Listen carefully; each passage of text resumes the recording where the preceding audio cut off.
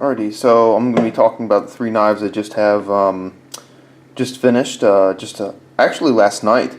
I just put the final edges on them. Today I wanted to, not quite ready to ship out just yet. I wanted to put together some good literature for them. Instead of handwriting cards, I typed up something really nice and came up with like a general solution sort of thing, filled in all the details with each one, so much more professional than before. But yeah, three knives finally done. It's been a long time since I put up any videos.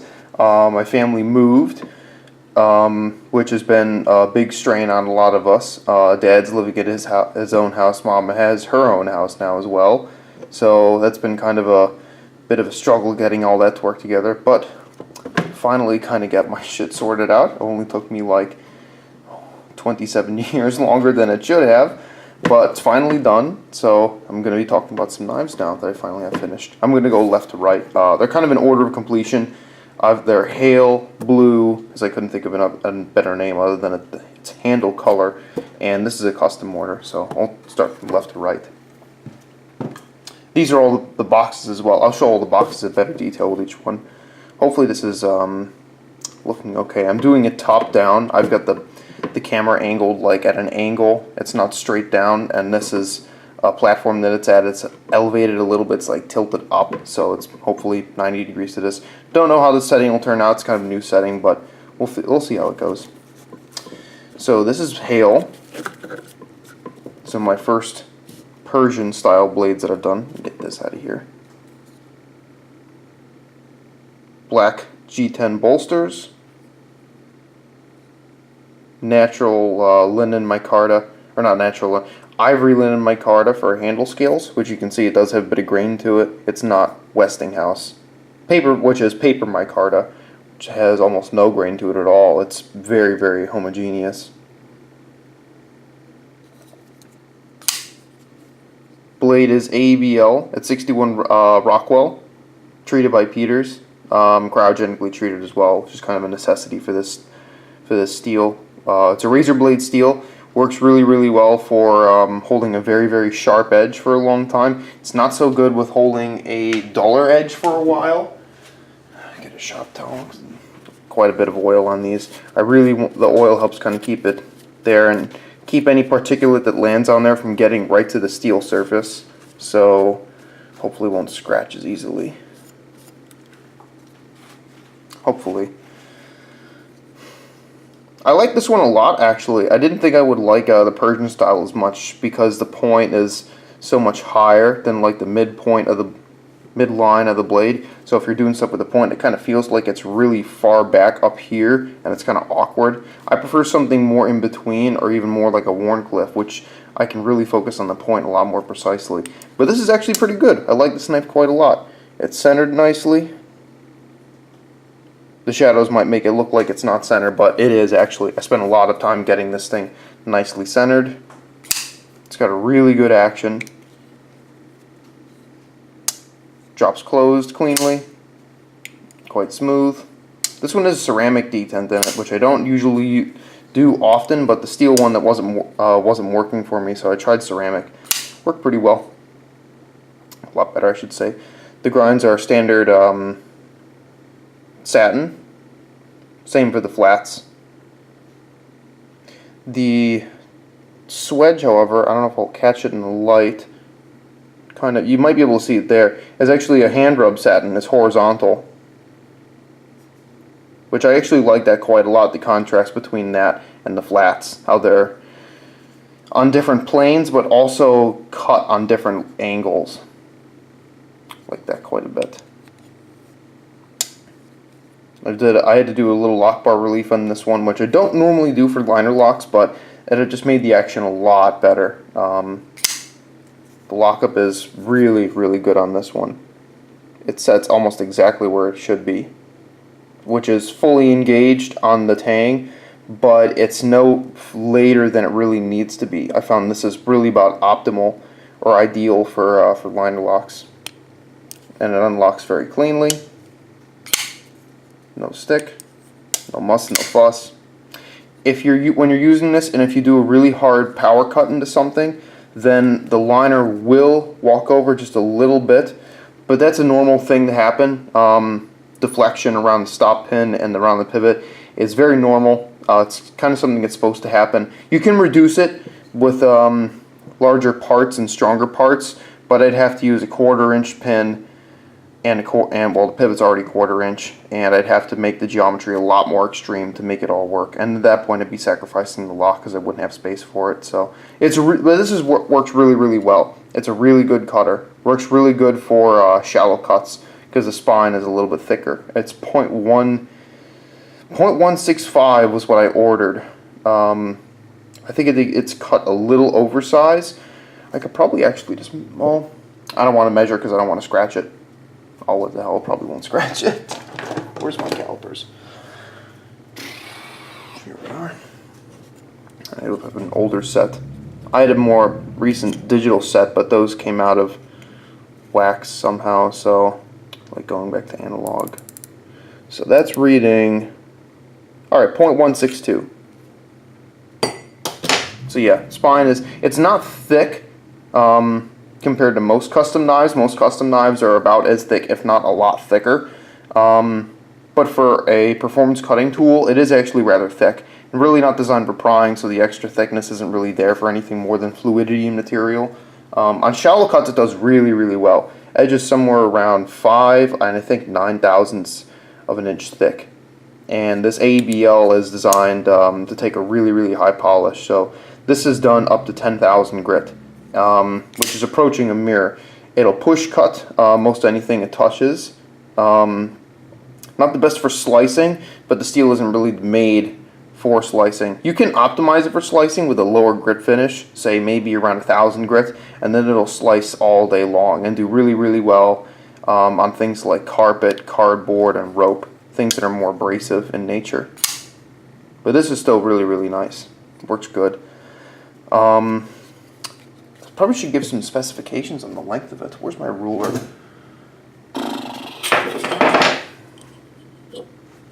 So I measure always the shortest distance on the blade is usually my blade length measurement.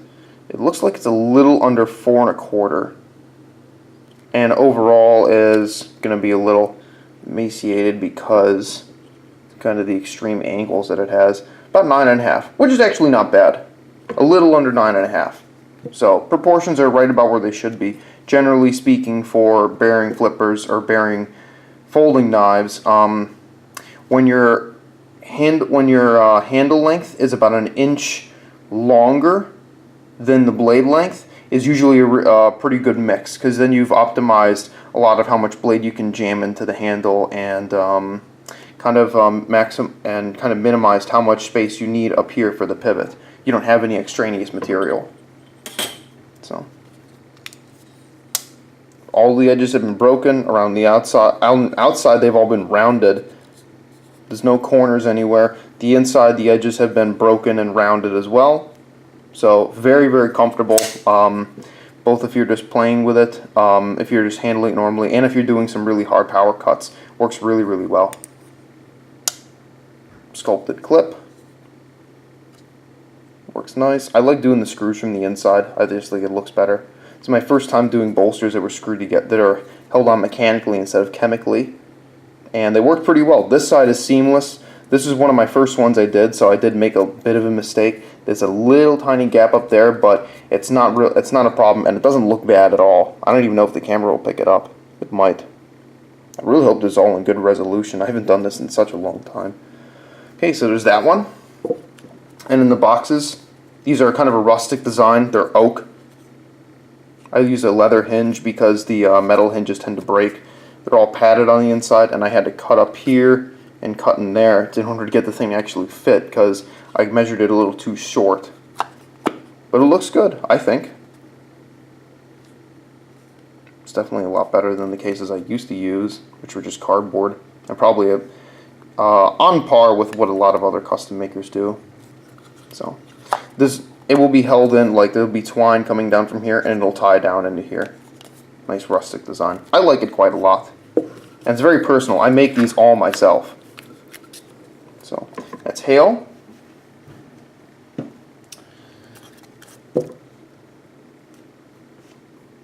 This one is blue, which you can see why I call it that. It's got blue handles.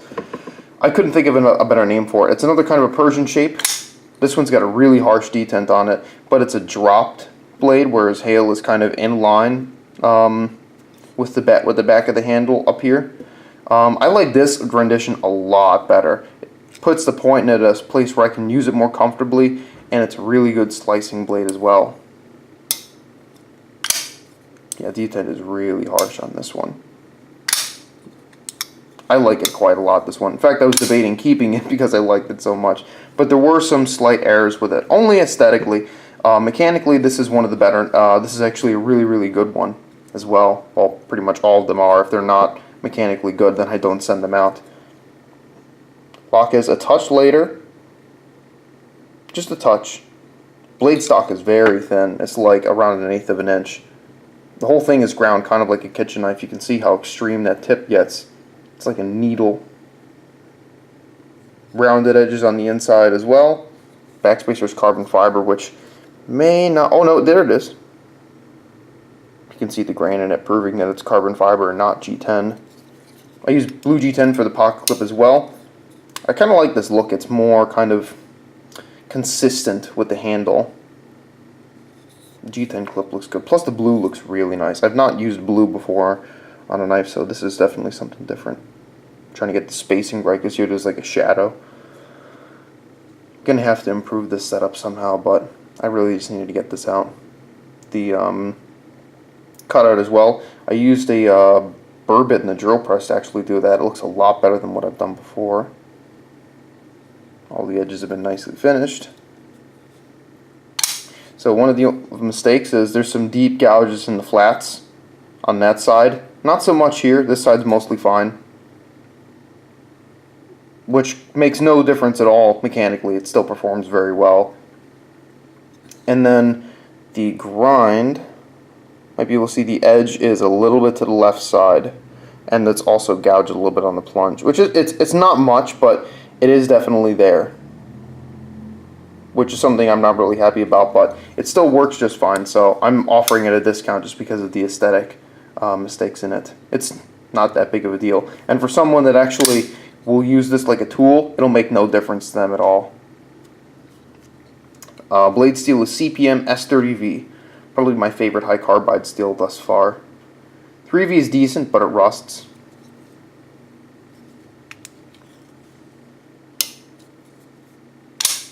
Plus, I've handled S30V for a long time. I kind of know what to expect from it. Good, consistent blade steel. There's some that are slightly better. Probably LMAX is even a little bit better. But this seems to work very, very well. And the differences in the steel themselves are minuscule compared to differences in the material you're cutting. So unless you were really, really careful with your testing, you really wouldn't be able to tell the two of them apart. Using Alpha Knife Supply hardware on these, pivots and bearings for the past two. Also screws as well. I think I said the last one was ceramic detent, but just in case I didn't.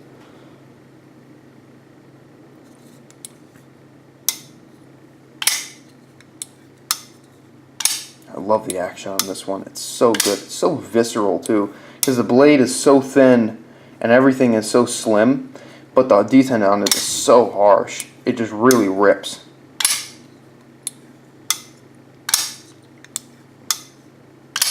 I like this one a lot. This one, when you couple it, the lock does walk over as well, just a little bit, which is again a normal thing. It's supposed to happen. It doesn't bind like it shouldn't. It's still very secure, and you can unlock it quite easily. It doesn't make it wear faster. Just a normal thing that happens. This one tends to drift tends to move over a little bit more than Hale because the stop pin on this one's smaller. This is 1/8 inch. Hale's is a 5/32. And its stop pin, I think, is also a little bit farther from the pivot, so that makes it gives the stop pin a greater torque advantage on around the pivot, so reduces the counter rotation a little bit. Yeah, that's blue. I like this. I really like this one a lot. Really, really. I was unsure that it would that that this one actually would turn out nice because the blade kept rubbing the inside of the handles while I was building it until I ground it. In fact, I was pretty sure I'd have to full flat grind it, so it didn't do it. Like you can see up here, everything's nice and tight. But it carries that tightness all the way down to here, so like half a degree to one side or the other is rubbing. So very, very tight tolerance. God, that action is so good. Alright. And the box on that one is also oak.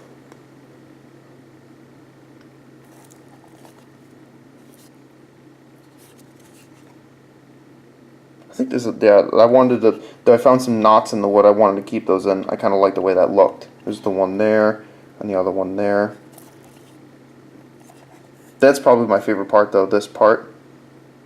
It's hard to see because there's some glare from the light. You don't get that in person. You just kind of see it's kind of holographic in nature, and the wood has a really nice look to it.